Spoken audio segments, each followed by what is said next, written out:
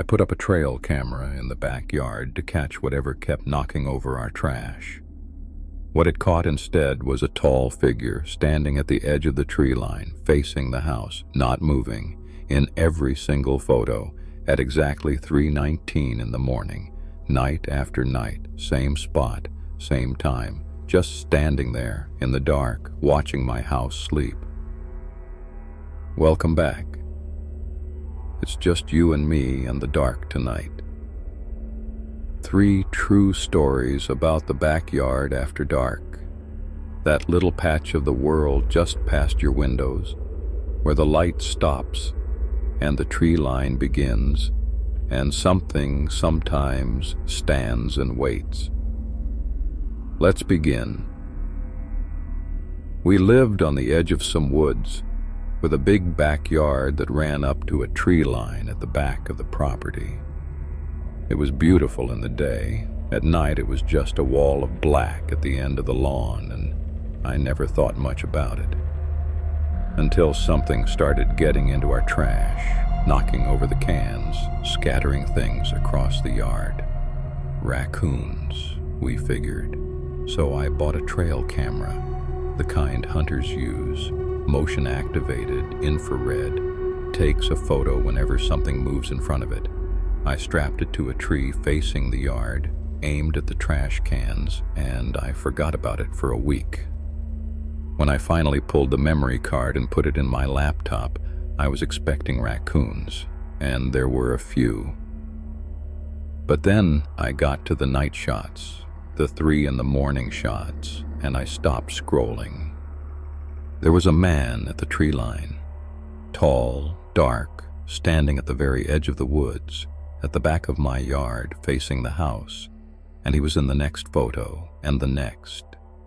The camera only takes a photo when something moves, so every photo of him meant he had moved just slightly, just enough to trigger it.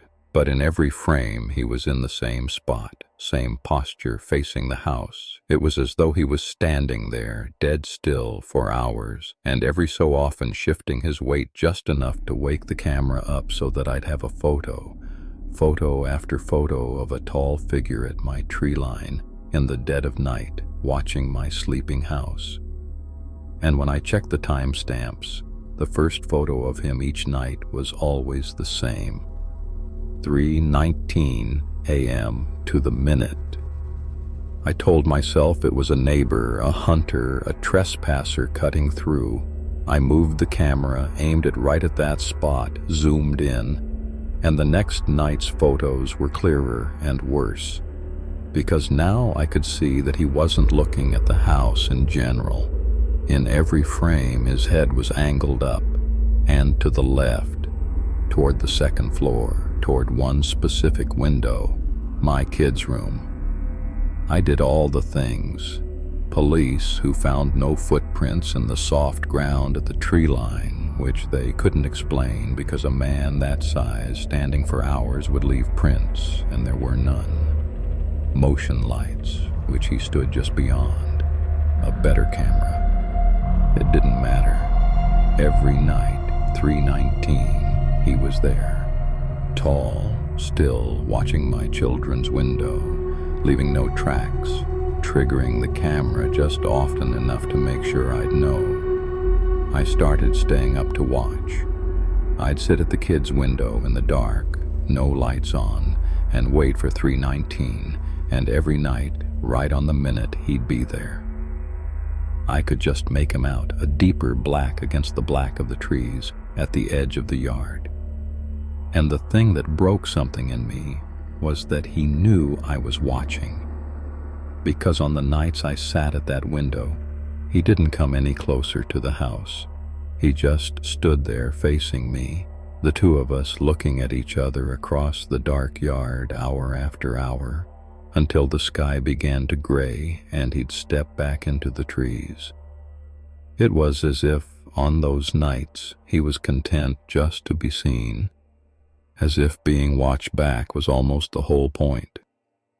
And I realized I'd started keeping vigil at that window every single night, not to protect my kids exactly, but because some animal part of me had understood that as long as I was watching him, he wasn't crossing the yard, that the watching was the deal, and that the night I finally fell asleep at that window would be the night he came the rest of the way. The last set of photos I ever looked at was the reason we moved, because on that night the sequence started the same. 3:19, the figure at the tree line facing the kid's window. But as the photos went on, time stamped through the night, he wasn't at the tree line anymore. He was closer, halfway across the yard in the next photo, closer still in the one after, each frame nearer to the house, nearer to that window, always facing it, always still between the shots. And the last photo on the card, time-stamped 3:47 a.m., was taken from so close that his face filled the frame, inches from the lens.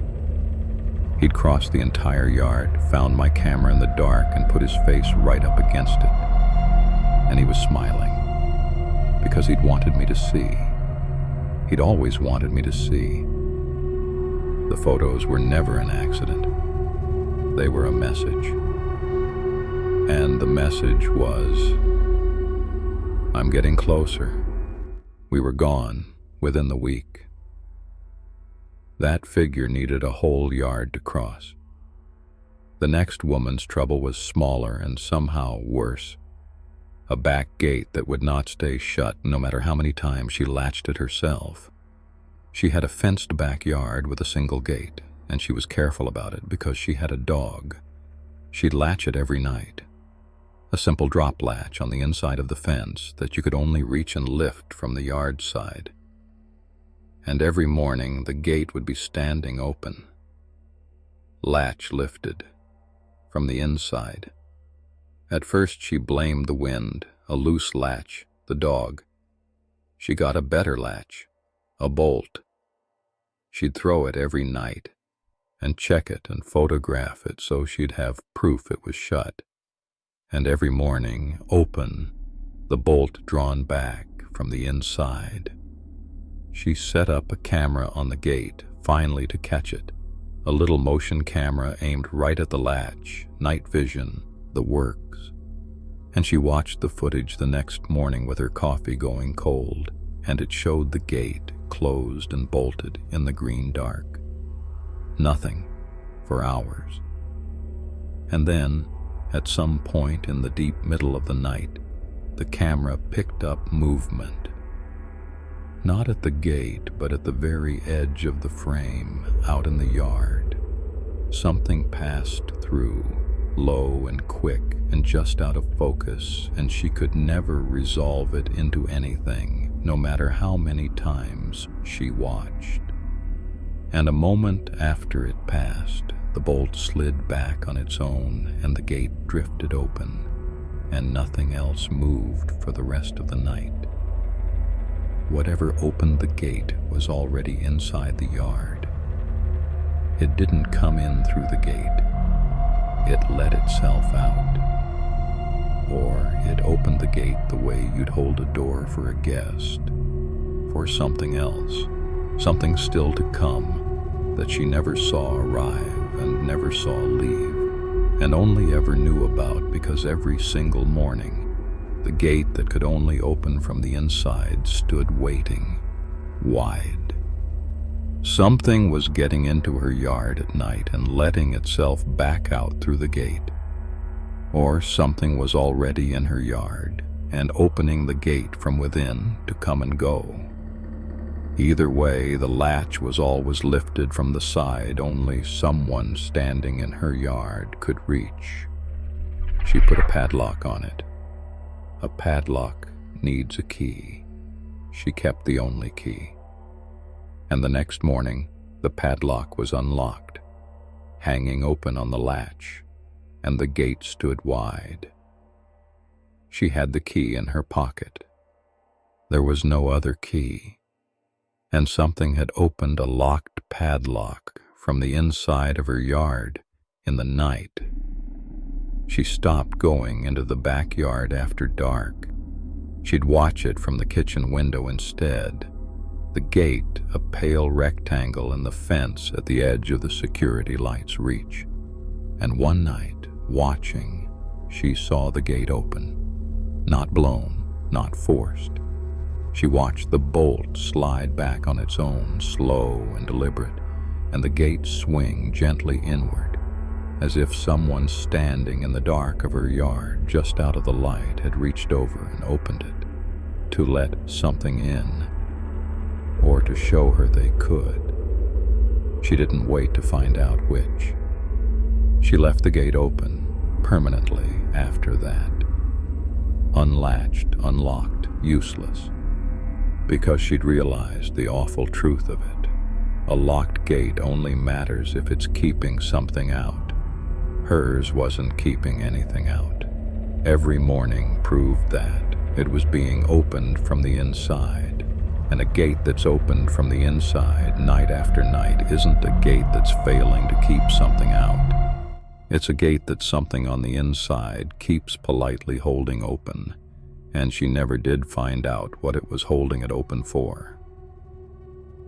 A gate held open is one kind of invitation. The last story tonight is shorter still, and it's about a padlock, a shed, and a key that turned out not to belong to a single lock in the house. A family had a garden shed at the back of their yard where they kept the mower and the tools secured with a padlock. Ordinary. One weekend, the father went to get the mower, and his key wouldn't work. He looked closer, and the padlock on his shed was not his padlock. It was a different lock. Newer, heavier, a good one. Someone had cut off his padlock and replaced it with their own, a padlock he had no key for. Someone had locked his own shed against him with a lock of their own and taken the key. Think about what that means. A thief breaks a lock to get in, but someone who replaces your lock with theirs isn't trying to get in, they're claiming it. They've decided your shed is theirs now, and they've put their own lock on it, and they hold the only key. They intend to come back. They intend to use it. They've moved in, quietly, to a building on your property, and changed the locks, the way you would on a place you'd decided to live. The police found something else in that shed, tucked under the cot, that they almost didn't show him, and that he wishes they hadn't. A notebook, and inside it, in a small, careful hand, was a record. Times. The father leaves at 7:40. The wife is alone until 8:15. The children's bus comes at 8:30. Lights out upstairs by 10:45. Page after page of it. The schedule of his family's entire life, observed and written down from that little shed window, day after day, week after week. The exact rhythm of when each of them was home, and alone, and asleep. It wasn't the binoculars that finished him, he told me. It was the notebook. Because binoculars are just watching. A notebook is planning. Whoever had been living in his shed hadn't just been passing the time looking at his family. He'd been studying them, learning the safe hours and the empty ones, building, page by patient page, the knowledge of exactly when every door in that house would be unguarded. And the last entry, dated the day before he found the lock, was only 2 words long. It said, "Almost ready." He cut the new lock off, of course, and inside the shed, everything was moved. His tools pushed to one side, and in the cleared space there was a folding cot made up with a blanket, a camping lantern, a cooler, some food, and hung neatly on the wall where his rakes used to be, a pair of binoculars pointed when he stood where the cot was and looked straight out the shed's little window, across the yard, at the back of the house.